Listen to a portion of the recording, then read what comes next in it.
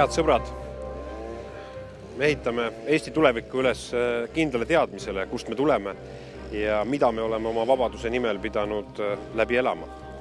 Ja 23. augustil Molotov-Ribbentropi pakti aastapäeval on siin Maarjamäel see hetk, kui me avame kommunismi ohvrite memoriaali. Ja see mälestusmärk on mõeldud kõigile neile vapratele meestele ja naistele, kellelt röövis elu kommunistlik režiim, röövis elu selle eest, et nad olid Eestile truud, et nad seisid Eesti riikluse eest ja ei soovinud kummarduda võõrvõimu.